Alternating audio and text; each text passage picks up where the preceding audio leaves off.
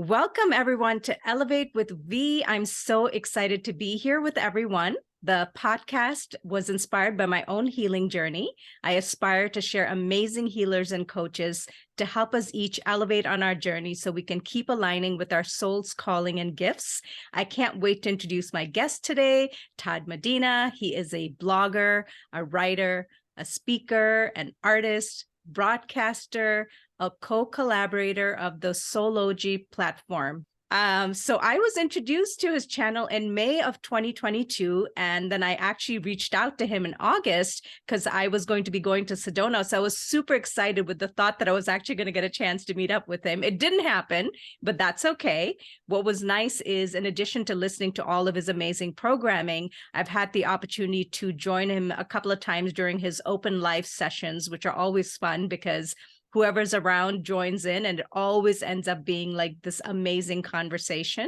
So I just wanted to say to you, Todd, that I absolutely love your energy, your authenticity, and your genuineness. You have this warmth and openness and a generosity of spirit. I love the ease with which you are able to connect with people and have them share their stories and experiences. And you have so many amazing gifts, which we will get into a little bit today. And I know there are many wonderful things that are brewing that hopefully you will share with us today. So welcome, Todd. Thank you. Thank you. And just so everyone knows, Todd is also very humble. When I asked him for his bio, he literally wrote like 2 lines. I'm like, Todd, there's so much more to you, but that's okay. We'll get into it when we do our interview. So so excited to have you here with me today. So like I mentioned, this podcast is all about healing journeys. And so I wanted to ask you, what kind of led you into your healing journey? What event or events kind of took you onto that path? Okay, well, just a lot of things. It coincided with 2012. I mean, it was officially May 30th, 2011.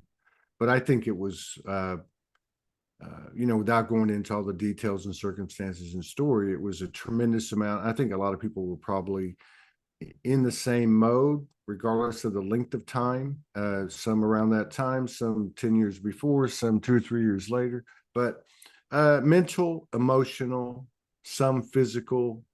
It was like I was always spiritually connected.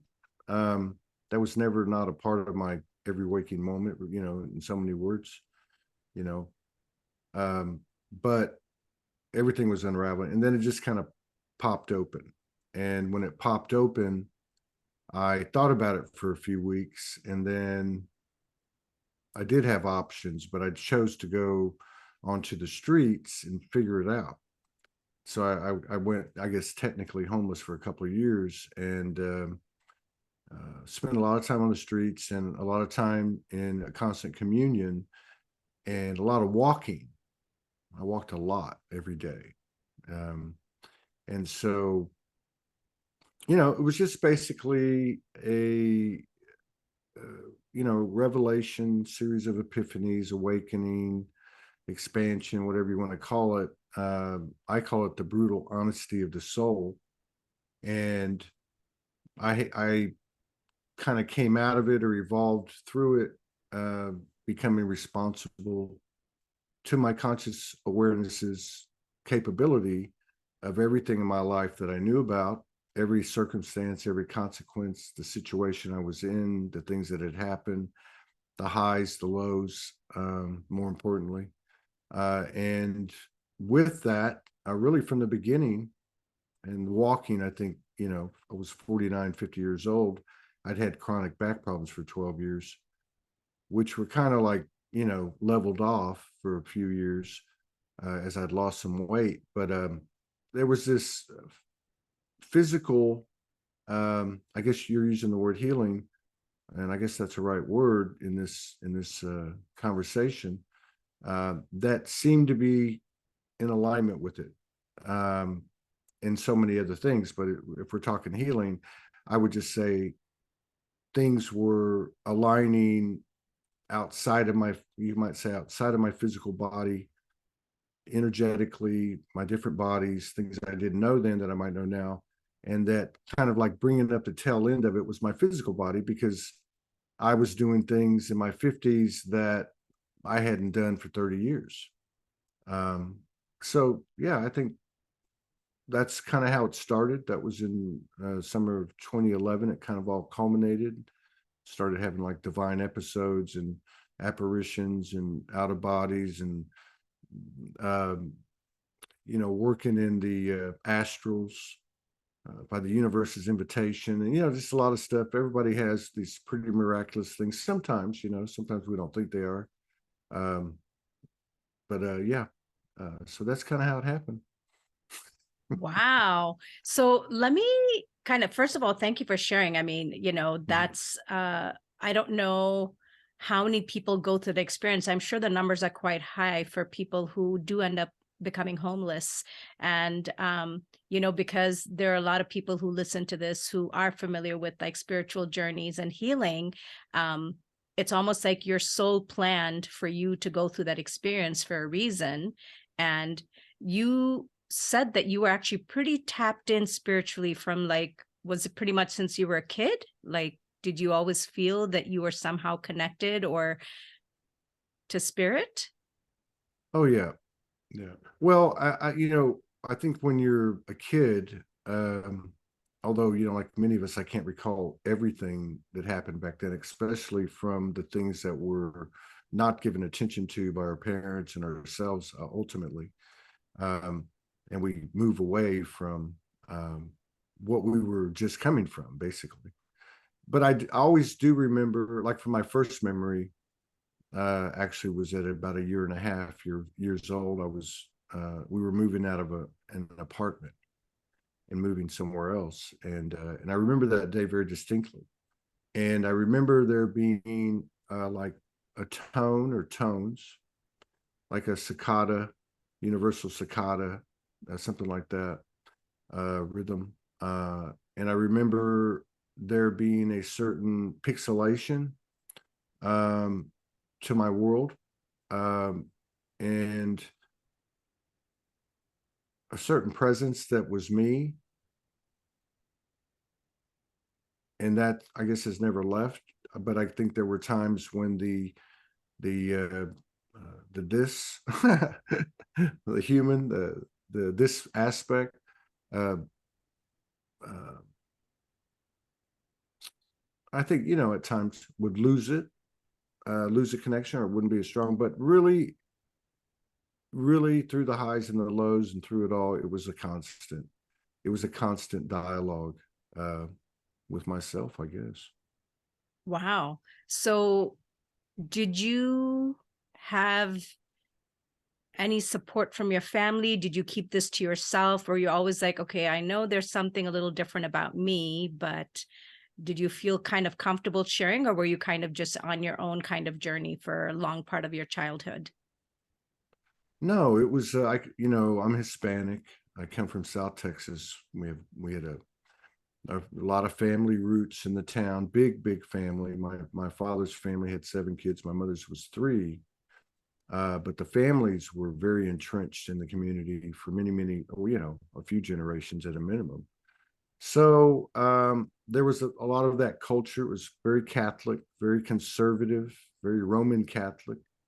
Um, so as I was indoctrinated, and as I was, journeying along, and I started to become more, uh, indoctrinated into the things that school and religion and such. I went to church, and I still like to go into a Catholic church because of the atmosphere. Maybe it's just because of my own journey or something, but I've always felt it's the silence, um, and the that part of it. I can't really but so when I went there, I was serious. I listened. I didn't jump into it with both feet. I always had this other conversation going on with Jesus or whoever was in the golden little temple thing behind the priest on the back of the altar. And I had conversations with all the different icons that were in the church, Mother Mary, and so on. So um, I don't think that's something, I would bring home the prayer cards and I put them on my dresser, and I would give sermons, and I do it in the backyard. But my family really didn't know that. I'm sure as, parents of my kid, might have been aware of it, and that would have been a good thing, right? But I think, once I got to be 8 or 9, uh, my father remarried. She was Southern Baptist. I got to go to Baptist churches where people were like singing and talking. I'm like, what the hell's going on? It was a very social atmosphere. I went to a couple of black churches with a couple of friends. Which was really amazing, actually. The singing and just the celebration of life, and of just a moment in time where, hey, we're all the same. You know what? Be humble, and then you go back to living. And I guess the Catholics kind of did that too, because they'd go to confession and think their sins were wiped away or whatever. But anyway, so once I had a little diversity with that, and I got into my high school years, um, yeah, any night I partied a lot when I was a kid. I was driving at 15, I was working at 15, I was out a lot, and I prayed all the time. If I was going to go party, um, it's probably not something I should be saying, but I always wanted to be the one driving, because uh, you know, I'm not saying I should have been sometimes, but I was a kid and there's no excuse. But I just knew I was watching that part of it. It was weird. And I actually had a couple of little divine episodes, uh, like with a giant hand when I was a kid on a bicycle. Same thing happened to me when I was 16 in a van full of guys drinking beer, driving down the road. Um, yeah, so it was always a very personal thing above all else. And through the highs and through the lows, and then I, got married and went into the business world and got divorced, and things just kept going on and on. A lot of different experiences, but yeah, I would say in the years, yeah, I always was reading. I had about 3 different libraries, really 4. The last one was really small. I had certain books that I really, really liked, that I really had around me all day, every day for, I'd say probably 10, 15 years. Um, and so, yeah, it was always personal, and I could feel something coming. So whenever the 2011 period came, I wasn't surprised, in a weird way. It was like the game on, or I'm nuts. So would that be like how you were so kind of going back to how you said there were a couple of experiences where, like you said, you felt like a hand or some sort of protection, like you always knew that there was some sort of protection around you? Is that kind of what you were sharing? It's like if something was going to happen, that you sensed that something was actually there to protect you from something bad happening. Well, I mean, from a young age, I would just say, through my personal intention and the personal expressions that I would send to the universe, if you want to put it in that language, through my thoughts and that dialogue that we have within, um, and where I was at, so when I was a kid, I had what I would call nightmares for a long time. Uh, through my younger ages, maybe up till 7, 8. I don't know, maybe even longer. Like I know for sure, like, totally stopped like around 21 or 22. But in those early years, it was a lot of. As I look back now, I'm assuming fresh, recent kind of past lives involved a lot of gargoyles, a lot of reptilians, a lot of weird looking things, a lot of crazy shit going on. Excuse my French, and shifts. And so I had a relationship with angels, guardian angel, uh, kind of a guardian angel team, I would say, and Mother Mary, and Jesus, and some Joseph. I mean, so I kind of like um, constructed my, my field, my perimeter, and and so that was always there. The 2 incidents that happened, and the reason they stayed with me, is because they both basically occurred the same way, felt the same way. But one was on a bicycle. It's probably 7 years old, 6 years old, and one was in a van, with a busload of guys drinking beer. And in both cases, I was about to be hit very hard. And in both cases, I felt, and I guess third eye could see a big hand pick me up and move me over, literally. Um, so that stayed with me. And I'm sure there was a few other things here and there, and many things. I remember sitting in a tree and, somebody was talking to me. And later on, when I reawoke after 2011, that came back to me. But so I always felt like the magic was around me, and I had some things that were occurring in the months preceding up to this wake up that were, I didn't look at it at the time because there was so much stress in my life, but like they were signs. They were like physical signs, like almost like, well, they were virtually paranormal. So when the I guess the thing happened, it happened very suddenly. And basically what happened was I was in my backyard, and this is 1:11 in the morning, not even knowing the significance of 1:11 and all that. And I had a major apparition at that time, from my perspective, appear in the trees. And it was the face of the cosmic Jesus, right? And we had a conversation, and it was short, and it was a huge download. And so that, for some reason wasn't, I guess, maybe to kind of connect it all, it wasn't something that surprised me.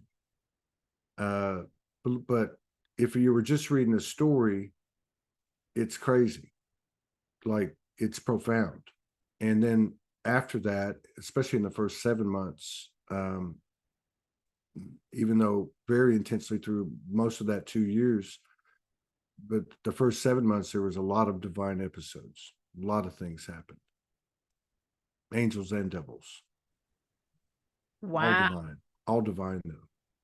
That's amazing. Well, and I think what's beautiful in what you're sharing is, you were always kind of open because you were so connected from like when you were a kid. So, for some people, if that happened, they could have like freaked out or just run back in and be like, what the heck did I just see? You did have an ease and an comfort and an openness, which is probably why I think more things were being shown to you, because you're in that state of openness. And that's beautiful. That's a beautiful experience or experiences. And so, kind of coming back to when you were sharing about the homelessness, since you were so connected, did you have any questions when you were encountering that? Because you said it was for quite a few years. Was there sort of a, well, why is this happening? What's the reasoning? Or were you just in complete faith and surrender?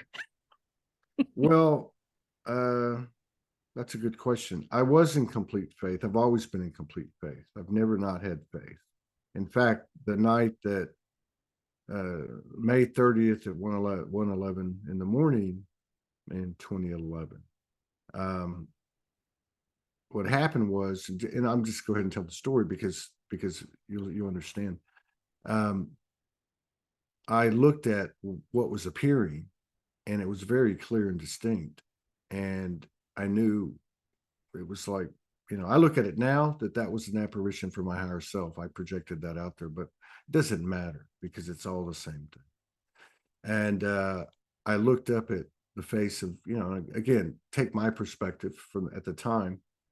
I look up at the face of what is clearly Jesus, and we obviously know each other, and he's laughing. And I said, why are you laughing? What's going on? I said, what's going on? And he said, why are you so worried? I've been standing over your family for 2.5 years. And 2.5 years earlier, my wife at the time had eaten a downed a bottle of Tylenol PMs, and it was a whole other incident. I could talk, a lot of spiritual stuff in that. And when he said that, I just felt like this wave, really plasma, heavy, wave go from head to foot. And I said, oh yeah. And then I looked back up at him, and he was laughing harder. And he said, and I said, what's up with that? And he said, well, you're the one of the unshakable faith. We're going to find out tomorrow. Your life's going to flip upside down. And it did. So the faith uh, was always there, and I was given signs. I was given direct communication, and like many people, it's all different for everybody. But in that period of time when you're really getting jolted, you mentioned the soul. I believe. Well, I know me. I know my soul. My soul said, "Let's get this done up front." And we just passed the 10-year mark officially. December 21st, 2022. For the what I mean. But so yeah, that was always there, and I was, I guess, very open to what was happening. I had a couple of Kundalini experiences when I was in my 20s, when I was really first getting into this, 23, 24. I had in the books, I was really breathing exercises, meditation, visualization, the whole 9 yards. And so when so okay, so when this happened, I forgot where I was at. I forgot where I was at. No worries. Yeah, you were just kind of sharing how Oh, yeah, go ahead. yeah. So when I went out there, I did have faith, and it was something that maybe one day I'll write about, because I can't explain it even to this day. I couldn't. I'd have to just devote myself to it for 100 days or whatever. It would literally, because it was a living dimensional experience. There was there was there was lesser veils or no veil, uh, off and on in flashes for a long period of time. And the first 7 months was the most concentrated.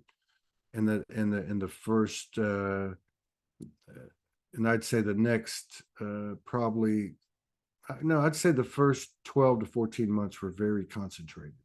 Like it was daily demons, daily angels, daily apparition, daily voices. I mean, you asked me if my family supported it. Of course, obviously, you could see the story when I was younger, but yeah, as I got older, everything blew up. So I was absolutely insane to them, and to many of them, I still am. Well, this is really interesting because part of when you're sharing about all of these experiences, I mean, it sounds like that's kind of the plan, to just kind of slow you down and have you just focus so you could have almost like this very compressed experience where all of this stuff could like happen, so your soul could like evolve and grow and all of these things. And it probably wouldn't have been possible if you were like tied up doing like 20 different things. Yeah, yeah, Wow. yeah. That's interesting. One of the other ones I'll tell you real quick, because I'm not one to really, I don't know, but so right before 6 weeks in the house in solitude, listening to music all day long for 6 weeks, contemplating, knowing what I was about to go do. Somehow my soul knew it, my human was knew it, but it was, let's party for 6 weeks in solitude, and because everybody was gone, everything was gone, my whole world was gone. So uh, it was, I was fortunate, for some reason, and I guess in those 6 weeks I was really embedding it.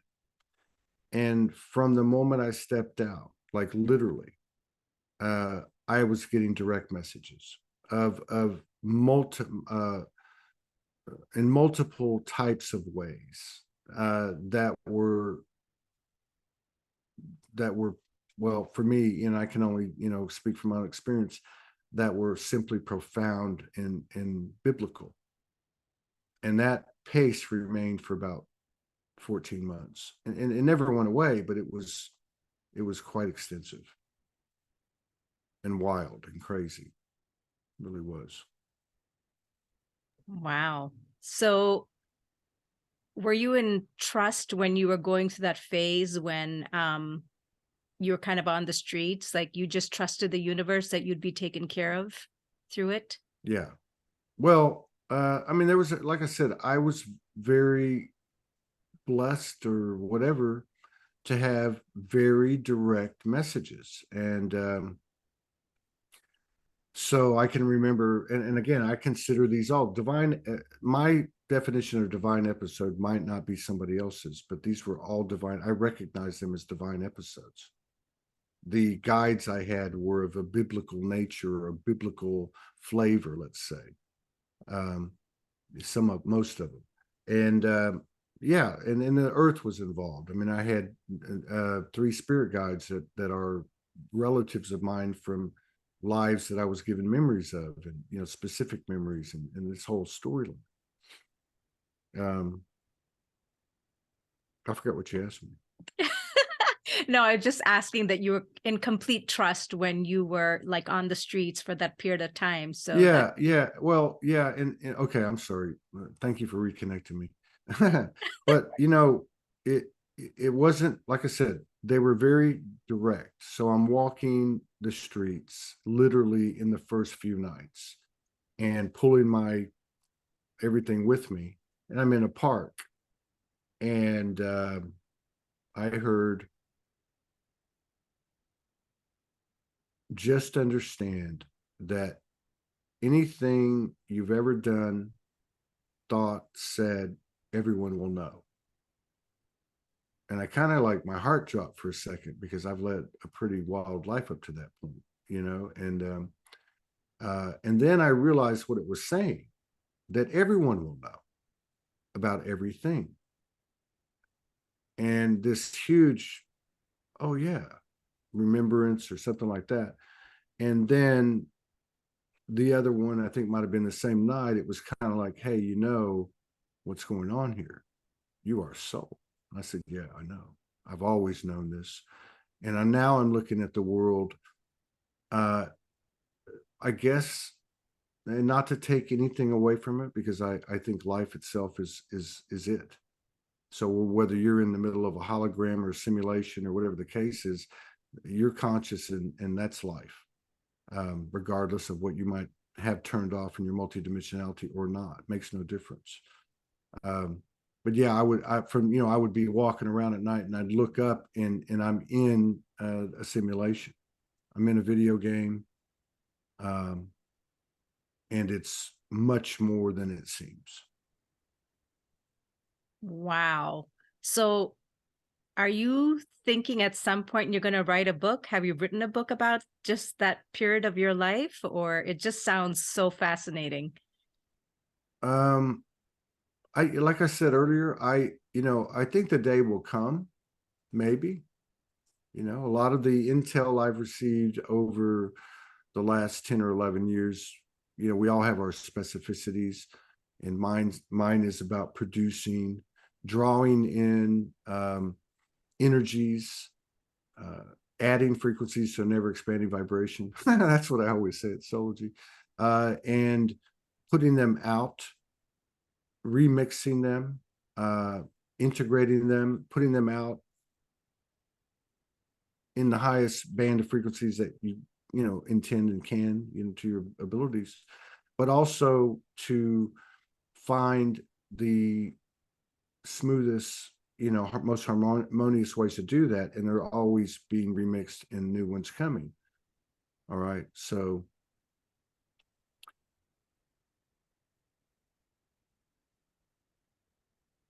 I forgot again. You're good, Todd. No, that's perfect. And that's a perfect segue for us to kind of now move into a little bit of like, what you've created, this beautiful platform. I'd love for you to share Soulogy, like how it came about, and what your vision was. And if we can get into that a little bit, it would be great for people to learn more. Now I realize what's happening here. I'm used to being the one that's sitting in that chair. Now I know how all my guests feel. I was so nervous. Now I'm not nervous, but I'm like, it's a different rhythm. Well, Soulogy is the same thing. Soulogy came in that second 7-month period, and it came directly. Again, it was just like a second half of what I call the spirit walk. It was 2 years, but I'd say the first 14 months was like 7 months spirit walk, 2-week, 3-week break, 7 months spirit walk. So it came through in the same divine communication methods that had been occurring. It fit with what had been happening the previous 7 months. So it really wasn't, it was something that, it's a word that I always knew. So when it was given to me, and I said, "What is it?" And I heard the other side of truth, and that's it. So it's like, that's a big, you know what I mean? So, but it was always, so I just followed it. It was, some of it was intuitive. It wasn't really, it really was just very organic. What do I do? I didn't really use Facebook. Okay, I'll start a Facebook group, and then it just starts there. And but I think as we get further along the road, uh, and so I'll just speak in the context of Soulogy. But I think as we get further along the road, we're going to realize we cannot tell our story in a linear fashion.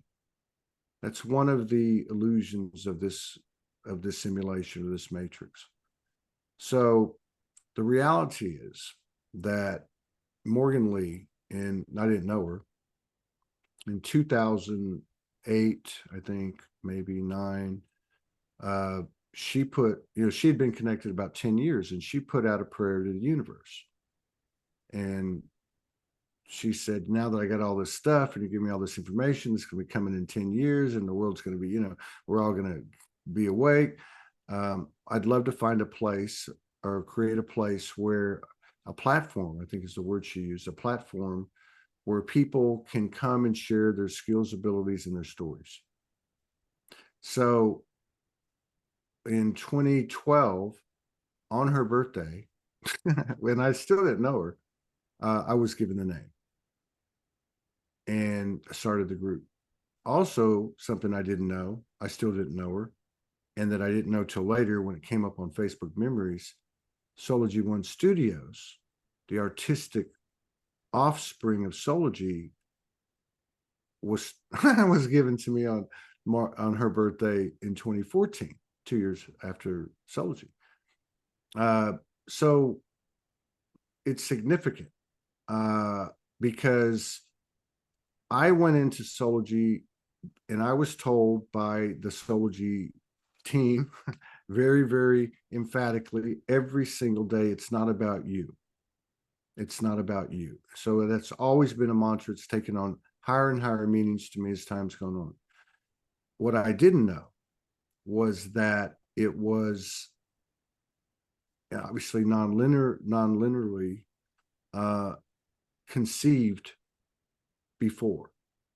And so eventually we connected in the physical in September of 2015. And then the story starts to unfold over time. Most of, what I could tell you unfolded, we met in September 2015, probably through, it's still unfolding, don't get me wrong, but I'd say by 2019, she came in. That's when the show exploded. She said, if we're going to do this, then let's do it. And I'm doing 8-9 shows a day for like a month or 2 months in the summer of 2018. We had a union ceremony, divine union ceremony. So, I can tell the linear story, but energetically, we were also having visitations. We were shape shifting with each other.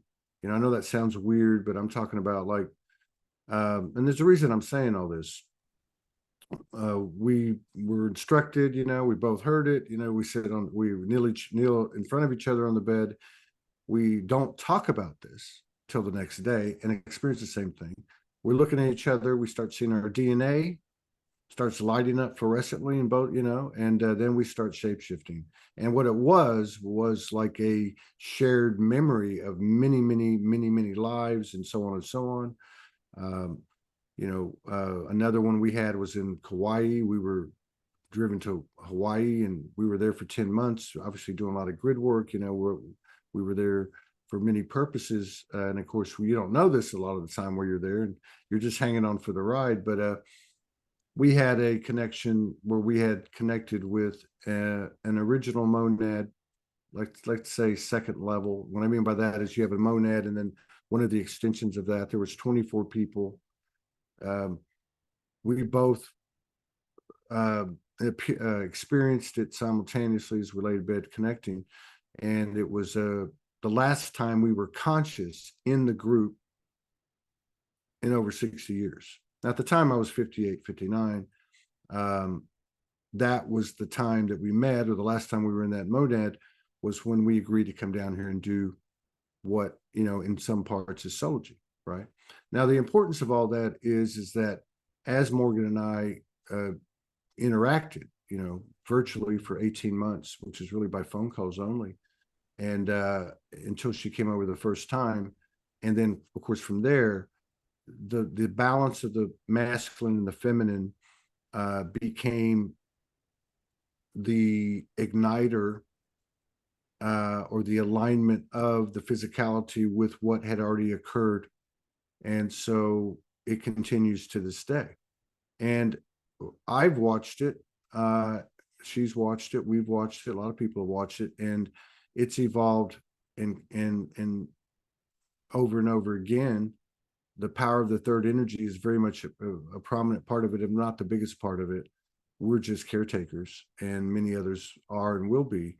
But yeah, so that's kind of why you have to, bring into the conversation all those weird things that we talk about on our shows, because as long as we keep it on the shelf and in the weird department, it's not going to take, it will be impeded in its progress and taking on a physicality and having, and we're seeing a lot of evidence now, but having that, I don't say dominant influence of the triad, let's just say, in our field as individuals in a collective, but to be in harmony and be in its full strength and harmony, just as the divine feminine energy is or has become.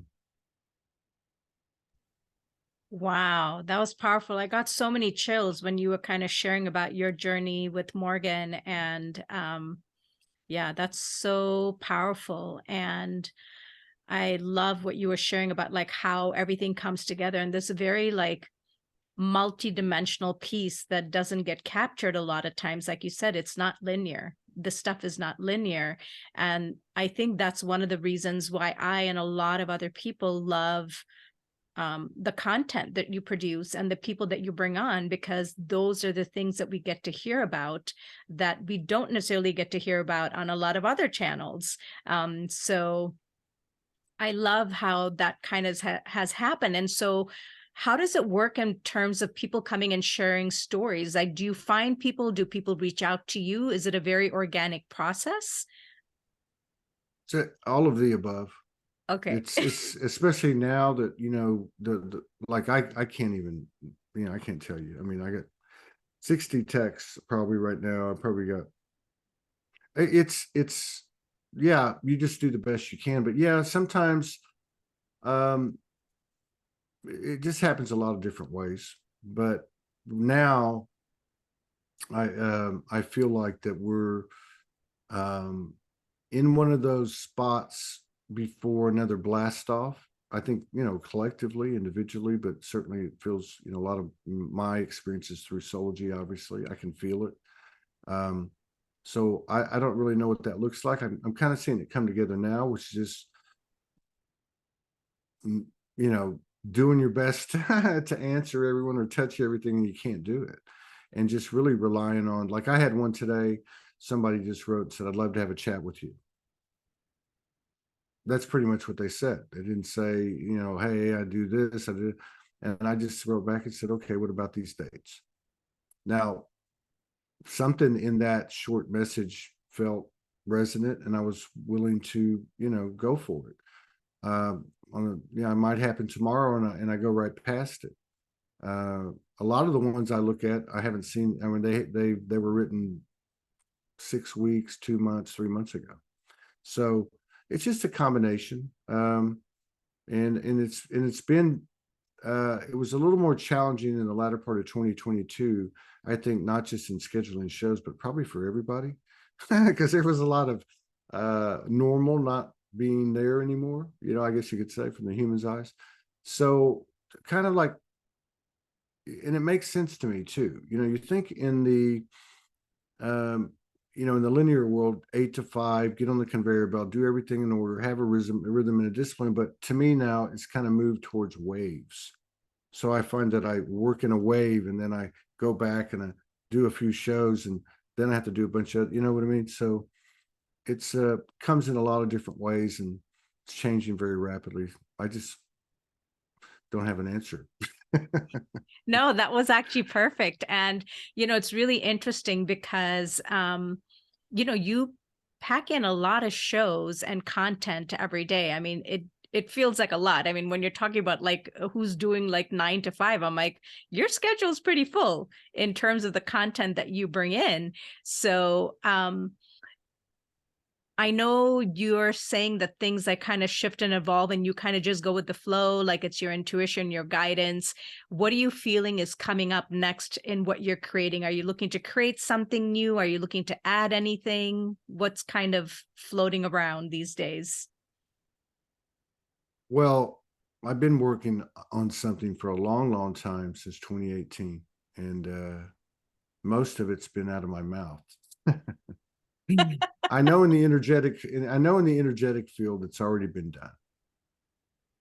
Okay, so if you go back to that, whatever that prayer that Morgan Lee in Adelaide, Australia put up in 2008 or 2009 was, uh, I'm totally convinced, based on a few of the things I just told you, and the general, aspect of what I told you, that those things were created. That place was created through union, through, you might say, holy conception. This is the continuation of the Trinity. So, since 2018, and really getting downloads specifically about the whole Soulogy field, since 2012, and with specificity from about 2014, energetically, it's happened. It's like a flower of life. I mean, I see I know so many groups, so many different people gathering followings through the interactions, unions. I know so many unions. I think I counted like 26 one time. So, at the end of the day, that's all that matters. And there's a part of me that wants to see it in full physical materialization. And I know what it looks like. I know what it would take. I know pretty much it can be done. I feel like it probably will be done, but I'm also at a place now where, and maybe it's after this 10-year period, that 10-year from the 2012, December 21 till last year, the same date. A lot of, I think, what we're still seeking to do, we've done. And the humans catching up. So I'm much more sensitive now, as I think a lot of people are after this period.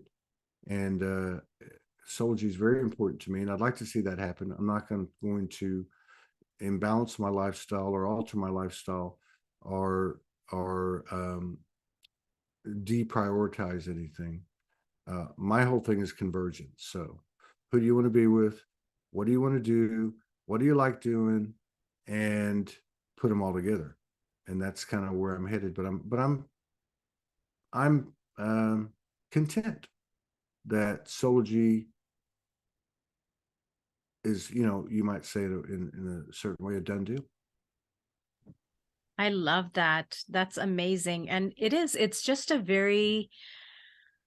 it just has this energy of being really open and inviting. And just, I feel like when people come on, and like I said, kind of in the introduction, that I think you just make people feel so comfortable. It's like wherever they're at is perfect. And they just get to share their experience and their stories and just get heard and listened to. And I think all of us that tune in, like, really resonate with that because, like you said, it's not a linear story or a journey. And so to be able to hear those components and pieces, it just kind of is really wonderful. And so I'm really excited to see what else is going to be happening. And I love that you are content in where you are at this point. And it was really interesting when I was inviting you to the show. It was almost sort of like, oh my God, Todd is always on the other side interviewing people. And now I get to like interview him. So it's a different experience. I know it took me 30 minutes to remember what, I don't know what that was, but yeah, I figured it out. You sure did. And that's, that's the beauty of this. Like the way that I do this podcast is very much a little bit like how you do it, where it's just very organic and we just go with the flow, and Yeah. everything is okay and everything is embraced. And I'm not trying to have anything be perfect. It's just about us being authentic, exchanging information. And I would love for more people to know about you and your beautiful channel. So I'm just so grateful that we've had a chance to connect today. And before we kind of move towards the end of our podcast session, I did want to ask, is there anything you'd like to share in terms of what you're feeling for, either the energies or what's going on right now? We're kind of like, towards the tail end of January, moving into February. If there's anything you'd like to share. Well, I think that the best advice I've gotten, I'm around too many people to, uh, you know, dive into my own thing. It's all the same anyway. But I think probably the most accurate and the smartest thing in my gut, my intuition and also my reasoning has been something that Morgan's talked about. A lot of people have talked about it. She's talked about it in a certain vernacular, as has Ty Hudnall, and that's regarding the container, right? And they say we're all building our container. The two of them have been talking about this for a while. Morgan I know for a few months. That we reach this period once we've gone through this 10-year corridor, and everything has changed. And so we're building from the new. Nothing can be constructed with a dualistic component. So it has to be in the Trinity energy. And we're just getting comfortable with what that is. It's the perfect integrity, the perfect intention, perfect love, and so on. And it's real. But I think that part of the reason like that we're slow, like we're not slowed down. I mean, we're kicking it pretty good now. But it's still not full blown out, totally wide open yet, because it's changing at Soulogy. It's changing for me. It's changing for you. I think a lot of people right now are in this kind of hibernation or incubation period. So the gist of what they're saying is build your container, take your time. We're all coming out in March, and how proficient and efficient and aligned that is it's going to be rooted in our shadows, in the sense that only our shadows would keep us from the highest percentile of the Trinity energy as possible. So it's that multifaceted, multidimensional within the human kind of new link up.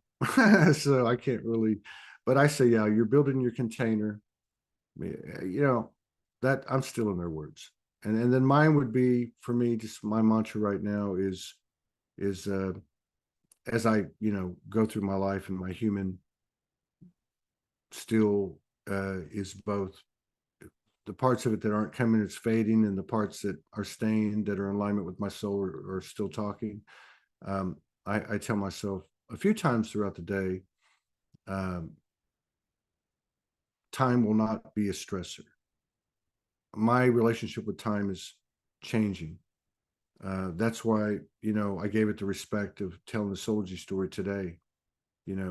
Time is not that it's not linear from our active consciousness, but it's not only linear.